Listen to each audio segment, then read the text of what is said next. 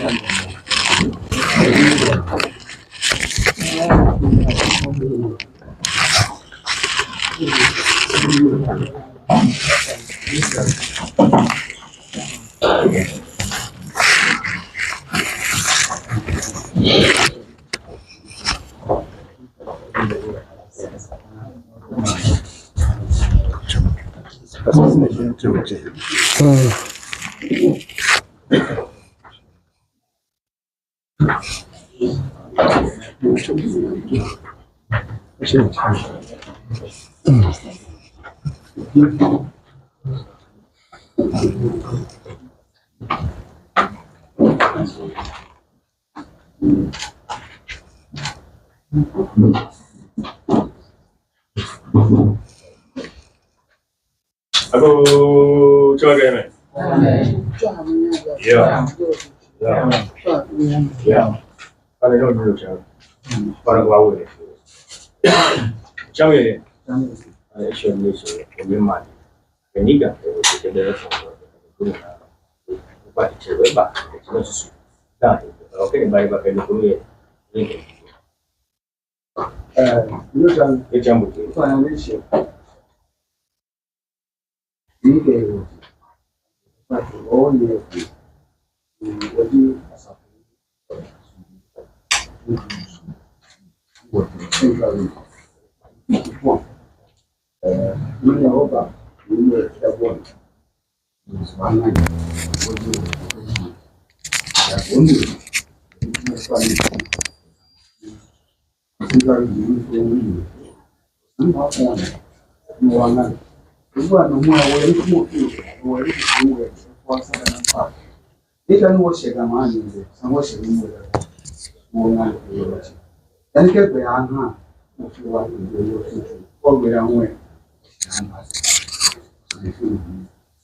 yeah, me. I was the only one you know.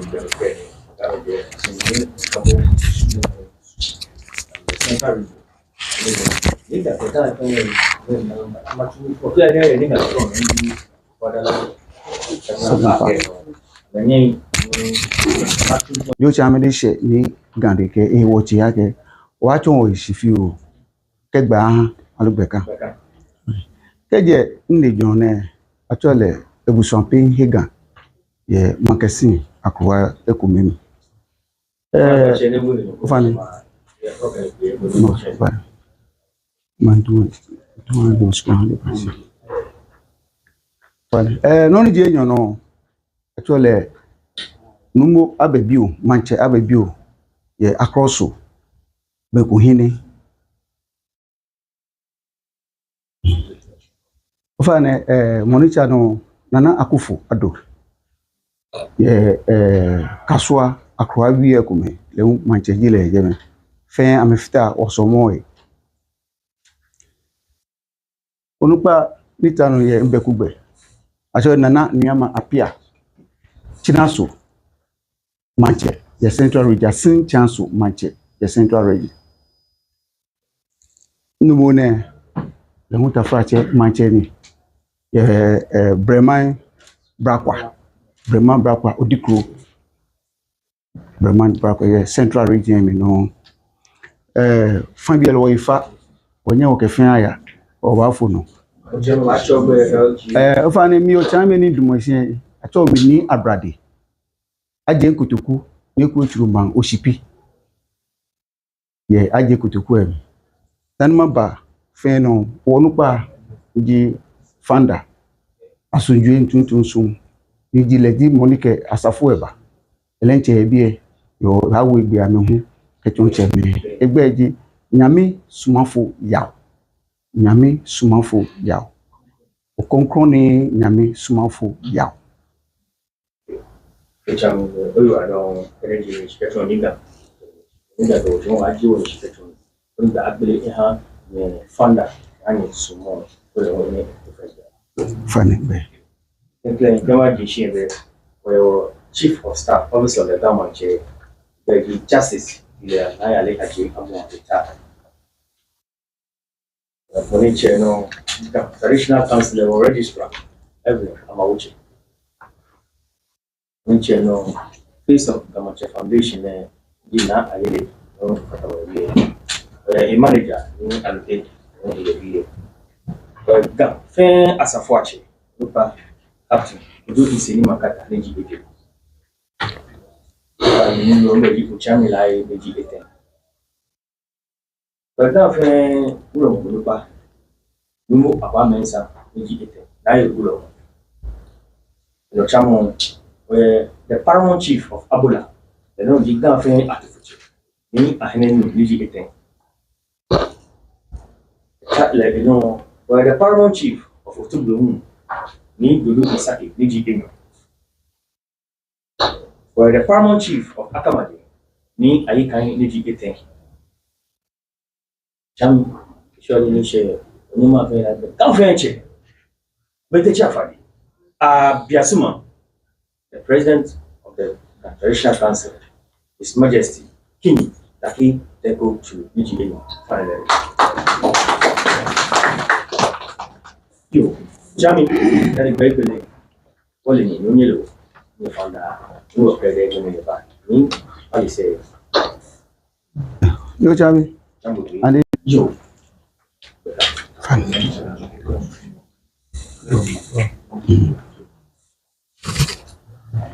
Okay. Jamie.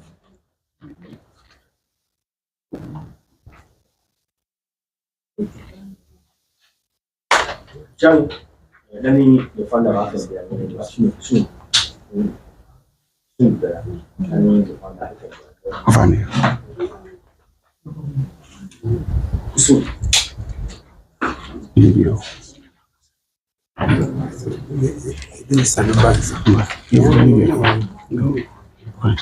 Yo, Jamie. If I get any share, Nike, what you okay.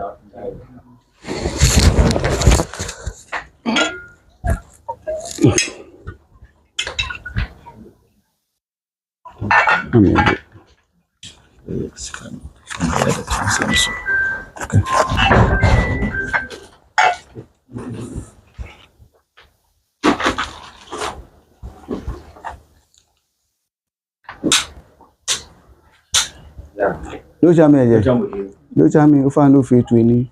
You should Nike, what you get. Oh, yeah, phone. If I get Oba Shanwulu, the Shanwulu, about a full naka. Koba Sando Gio here. Nikusu de can, Luffy. Or here or Danto, Enyo.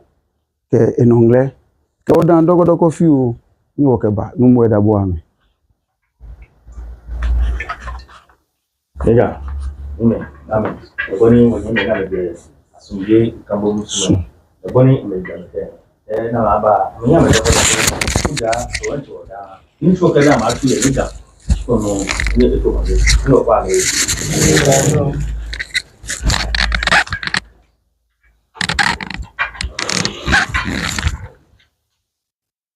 You, good Jamie. You tell me, I don't believe that you found that in the academy, but in way. So when you Jamie, then in John here, we no by we Fantiel, because the French in Jamie Gammy. Oh, no more we win. Papa, that's what we Casaka.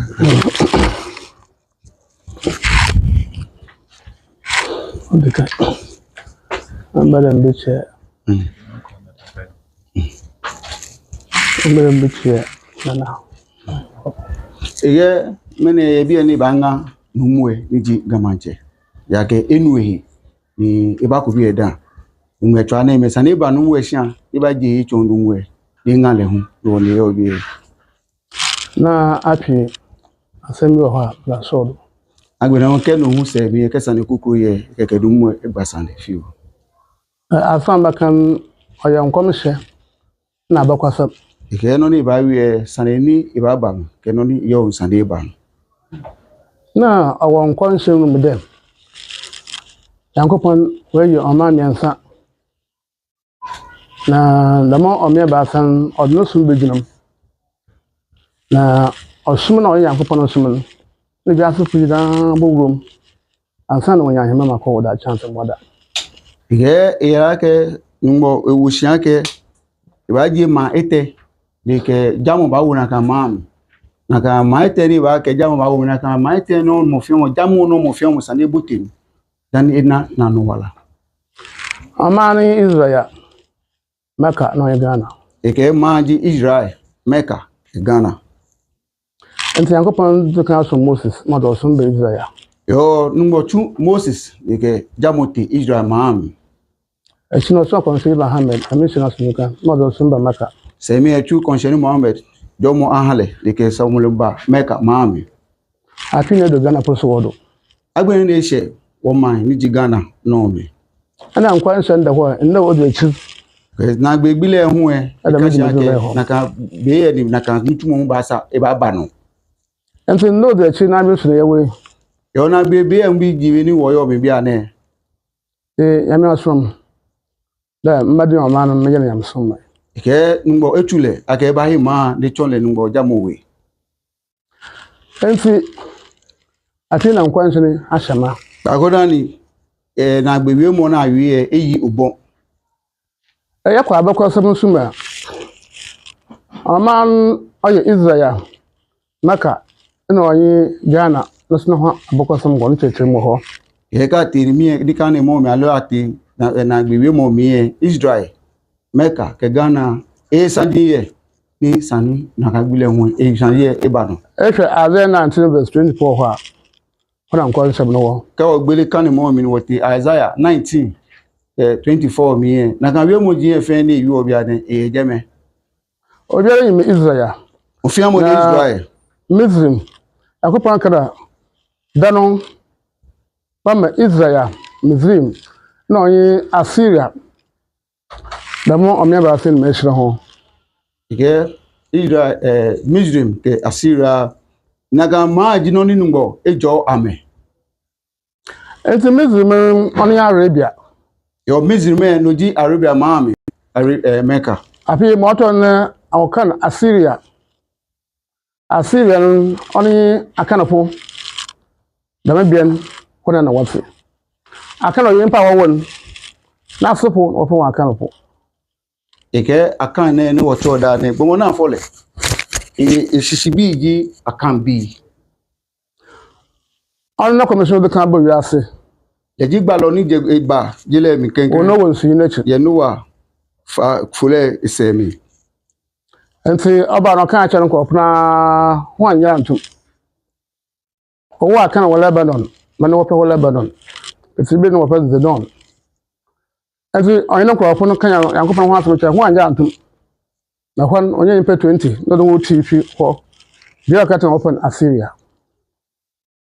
Ike akan ne na acho afole Zedon ni Lebanon. Ni jeme ike obi ni ji enye se pelo yue ngbo wie mo akejeja ngbo amehe amewo mi sisemi ike ame fankeje idon Lebanon man ke ba man kukuro no Akara wo mba do awotwe won na ba yan kwansefo efo ebi nyuma enyo ofian ba fe gba lo yankopon ka jira na bana authorization the mesiasa se bi am owo no wasefo wa ebi bir ane West Africa. Ike maybe ni kanu ni make pawe no ake esa heko ha meye West Africa ni amenya amebaje me Nta aka na bo auto da wotwe na mi no ho aye dom kasepa no to mi enko bo sha asase no yo ebi ni kanu ni make pawe no ka ma ke bia ni eba na ise kwelo aleba na gbeme pi ke yin ese o nya wo ya na kana gbe ma na akewo ba kanu jeme. And to what you Virginia Central Africa. Na mi fan ba Central Africa. What were Benin? Na mi jeme amba Benin. I think body techiman. Amba she techiman ji Ghana ma. Techima kwa ngo hu asasa na waka ho asam. Ono na wo bisu. Jeme namba na ke ma ne ayuo isana ke jeme ji hejole ma no namba she no ne. For sure say papa wo mo owo pa wo de man wo ko. Wo de pan de man wo ko. De man wo twi techiman. Modum po na ha. Yo jeme ji Benin amebon amemi gbla mo.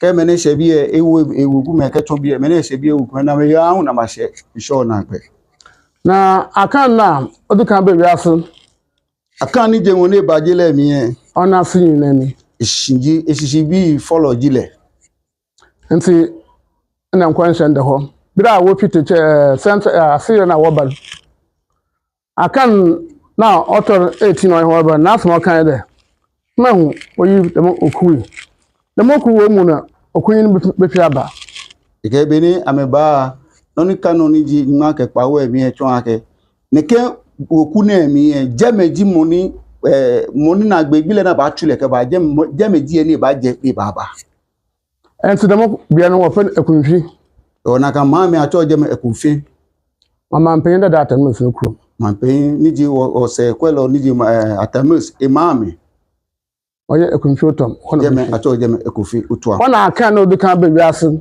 na so hono wo jeme ji akan ni bajile mkenkre no shishi je abra wo barbodo techiba no na ahia ye bu sope no wo fa na kwa otu bina ma she techima amewuku onu kwa ni ji na kwa otu ona onye dom bodo ekunfi otom leke kwelo fe ba she ekunfi utwa oni din no do ekunfi otom egbe jino na ke ekunfi utwa nti asem yi na ide sane efe ji ya kupuna kan chem inwo ekele ake da mmadi ma man yam e ba he ma e ma she amana bada ha che ma ba kan shi eche mra kan mpanyefo e bi na afi ma wo kan wi na ekọ bibitre enkrafo adanfo mintum momoto agbadu wo na bodu asase do ha ache beni no le choja ke beni etumo game nungbo mahu alu nungbo ibi hu esade manfio na kai efe Israel Israel maka kokwe meka asembia yehu sane kukura beje me dem na wora gana so ye sanna kanga na ho afi nti osuma bro wo na asomdwe ntuntum so yo asafo ne ke ba ji asodwe ntuntum so nti dem be egura ye maka nsam ebi aboko bia mo kompanifo sane adwuma na meye menye na nanum na menye hoye menye obi ye asem ogana ha okokro bia do ha me kan ko na nanum mpanifo ansana dem bro me bia maye yo elutumo ni eje sisi ya man fema e fe ande ya hu e bomode kan re show manchewe de kamelu aja ke nutumo de ba tu e maja chebe ji moni me ni ke ba tu nutumo e ma yo nti ebi se ha na ike wa bi e isande kufu ni hie yo ni o chami o fi tu de she ni gan ke e wo ti di Ega, amen. Boni asomdwe ntuntum so asumbe musuma boni aleja ke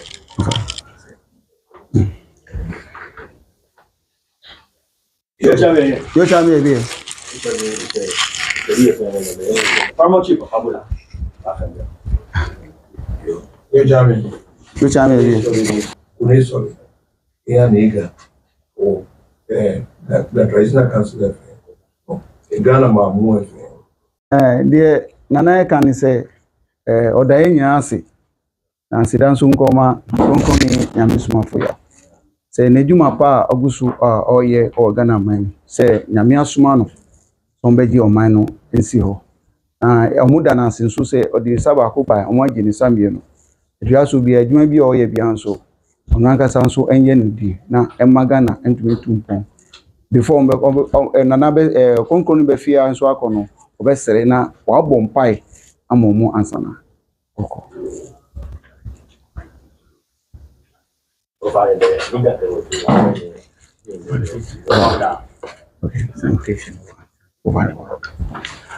yo chambi eje ofa ne wa pa 5 fiu oye ye mo fiu ko ni obra yi bi ko ni ba wi chon no mo kegba aka na kan ni esa amafo yo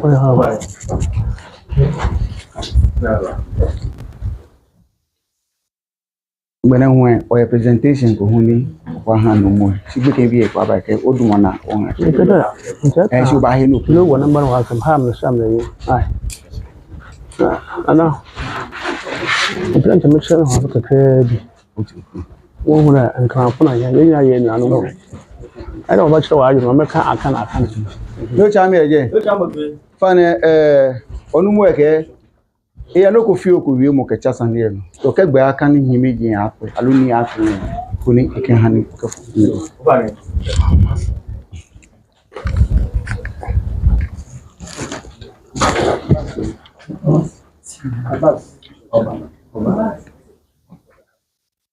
Kana ni ano?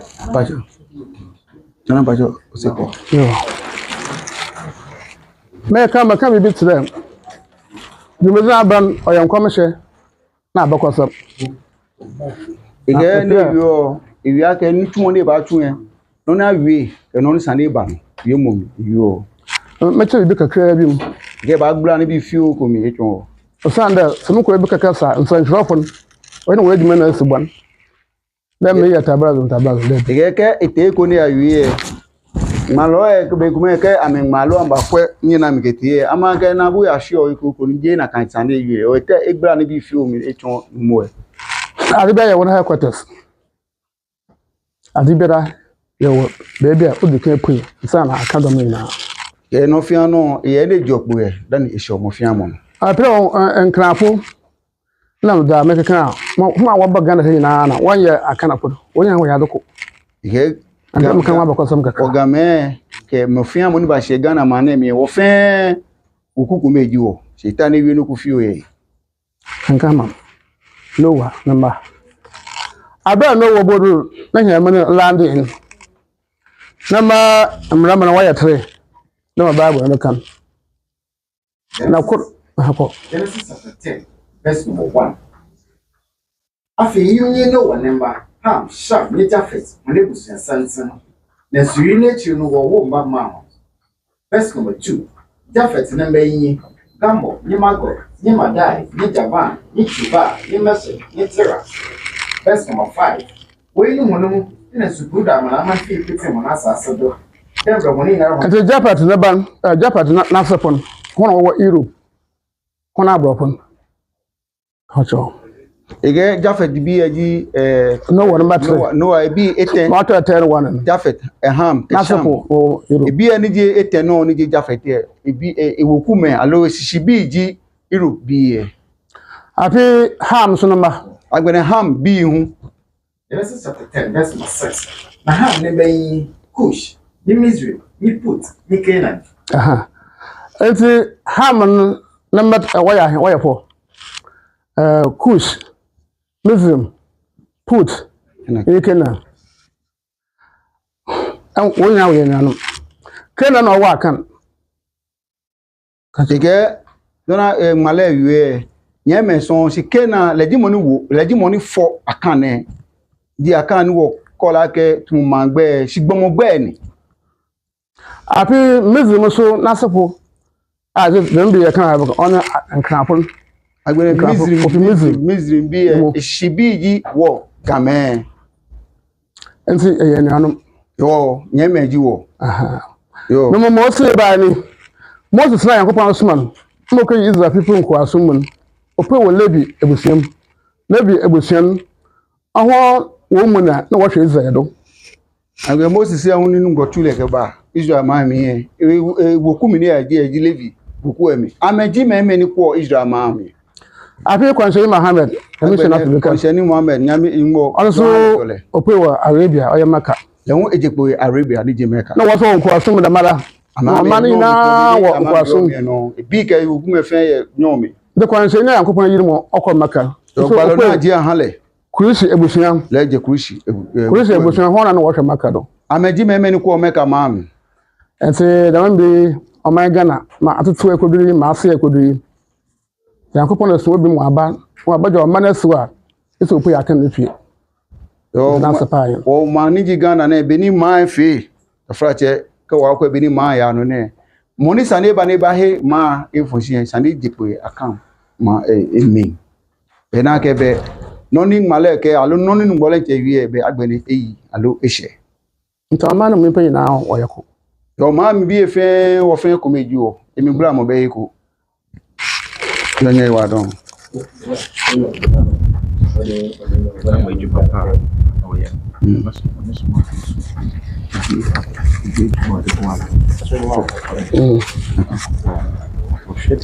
Oda.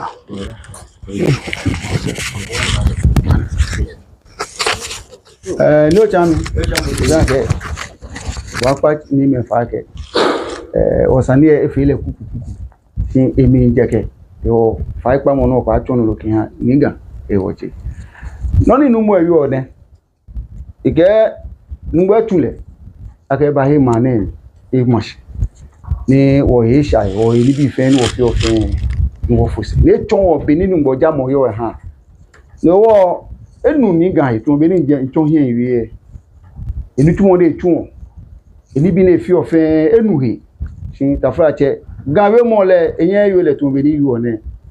So ngene ne se bi ene eye no ko poten ni sani kin hanu mo agbene hu eye be ni di nyoje je fe nyoje jwe wo pe o ni efon ni ne hu echo onupa me to ani ne ba se bi ene e ke fon de de se ni di ake emi e ko mi e ba pale fai akele di gan fe manche e ke nani aba seje me ko ni mo fi amo na ke gan le je fe manche e ba se ne ke bitu mo ne emi chi ni da iji wo ye la afi iji April so wa for April 17th of April ne na ka kusun e ba ko ji ofen o ba pe yo je me ba fun ni de weche nu mu e ja ke ita oni nu mu e anu ehi ye atamos mam ni ji okufi utuam ni lenche wenu ehi mena wuji kankane ba na de o lenche enwena o ke bi e she ba tu kaba ni abana ni ke yo Dani na ba gbe fran ke Como conhece ni como Italy bile.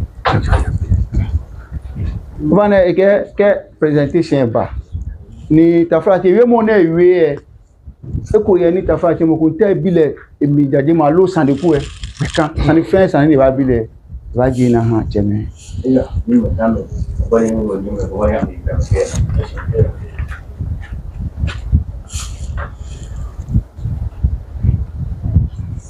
Déjà, dis-moi là, mais oubliez qu'à après,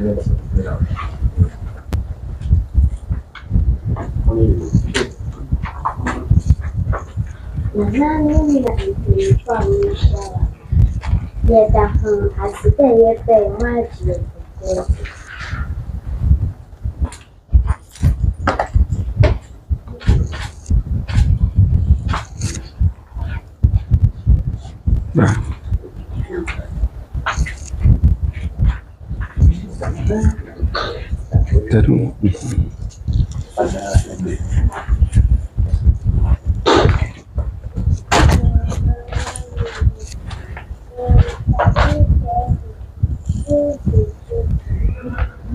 Thank you.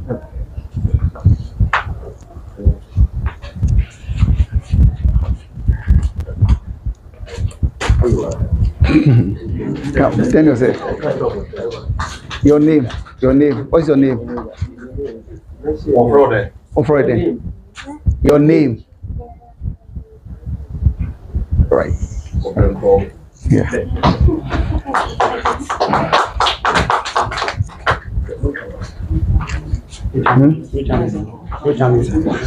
Friday. Much on.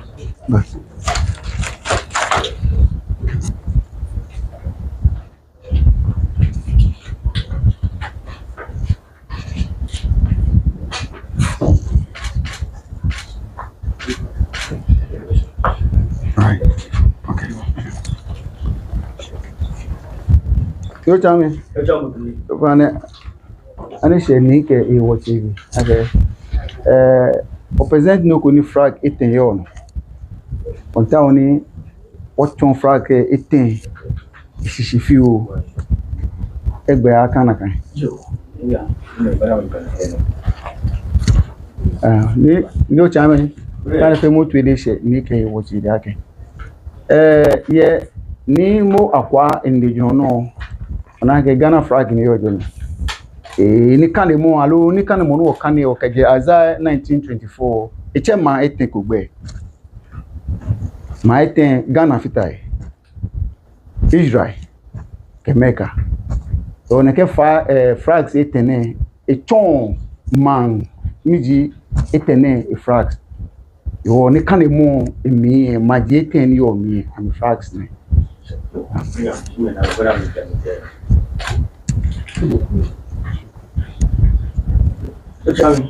yo chame bi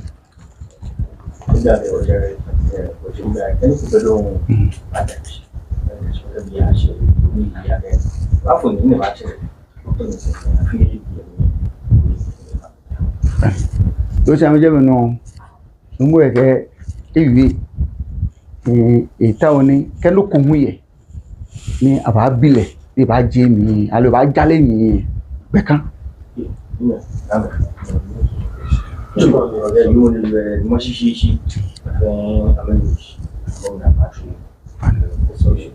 manyama yo chame je wo solimo akeni mi fita safu ehe o bole solimo ke bromo alo biemo si woyele beni wo sole o han ke gbe aka na kan ke wo ti si le eni de peni ke tuoni ke ta frache hila fe la nu kono no kukura be eni de pe efia no yo o le chele wa ga ke se nu ba tu eni le no ba se twa wi ba ke no li gbo na on de se nu alo yin lo no kukura be no fia ne ba fi eni de pe o sole mbole tumo ta frache beni Christophe e solio dina ka ono yo ha yo manish enu mwe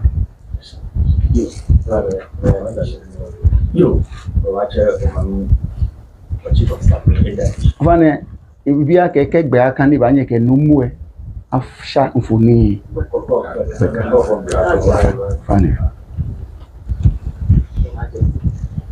on behalf of His Royal Majesty King Taki Tekochu II, the Grandmaster, who is also the President of the Ghana Traditional Council and also the Overlord of the Ghana State, on his behalf and on behalf of all the chiefs of the Ghana Kingdom and the Ghana Traditional Council, we want to say a big thank you for giving us this opportunity, for honoring us and coming to visit us. We thank your leader especially for having opened up certain things for us. And we are also going to read the Bible again. And I know once we've done that, we will receive more from it. We thank you very much. And as His Majesty has said, whatever method you use for praying, when you go, continue to pray for him. Continue to pray for the Ghana State. Continue to pray for Ghana, that it shall be well with us. We are very grateful also for the citation that you have given him and the flags. We thank you and we pray God takes you safely to the central region as you go back. You are going to do a program at Efwa Sutherland Park. His Royal Majesty wishes you well. And we hope that when the time comes for your celebration, we will receive the invitation and we will honor the invitation. Once again, thank you very much. amen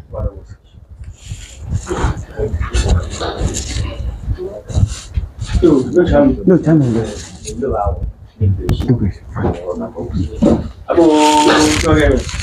ofane mi pa fa fi anma twa me do ko dane kenu be twa hye ke mesemu nana be ponye ade we ni say o kan wi a o be kan kasa bi e ji say ye ni hwe wa wole we no it means we ma ye hu so o kan wi na na o mo so be san ye so be sa yeah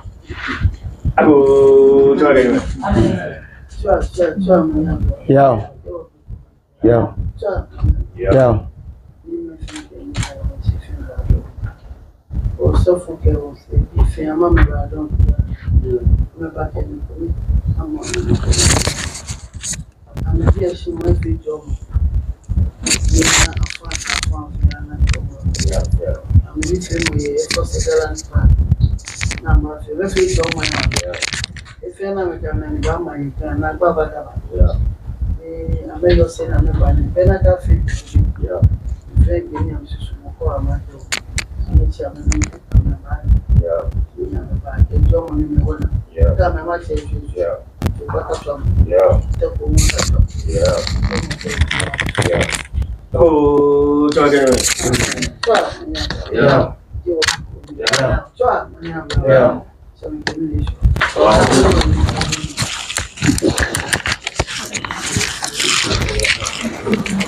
Yo, You are the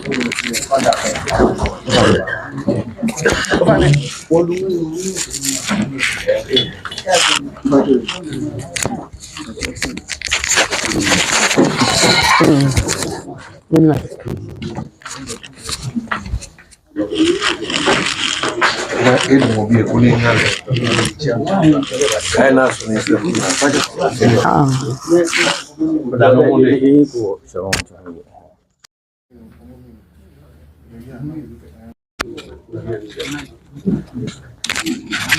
I don't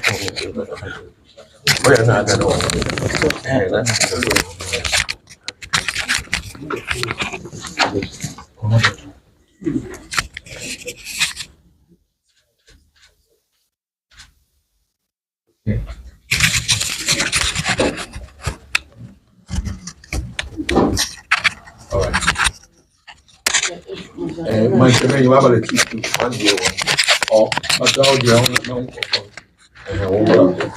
okay. But I'm not feeling open with my argument. But up. Which I'm yard over. Which I'm bad with myself. Hey, David, that's it. You. I'm not comfortable.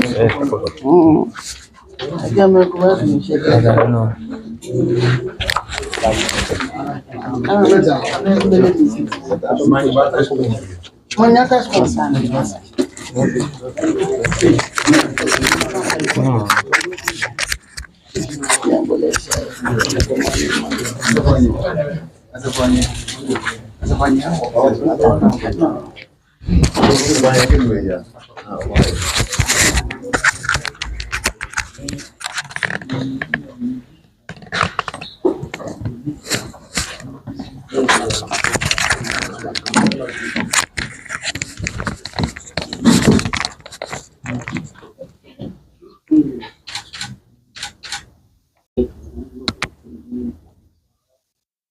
Finish. Thank you. Okay, thank you.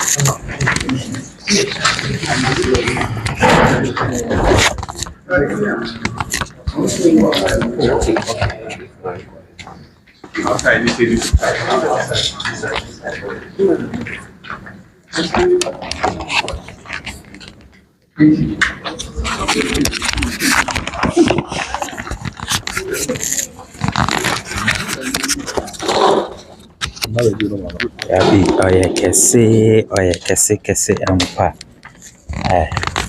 Very humble king.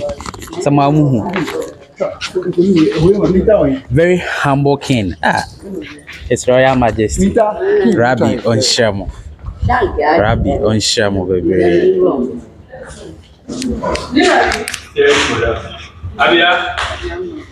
This message we need more on Facebook, social platforms. Yoga, from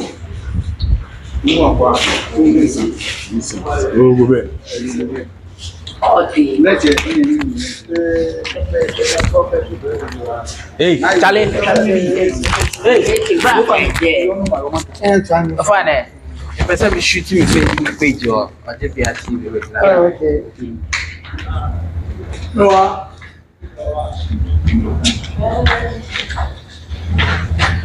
Man,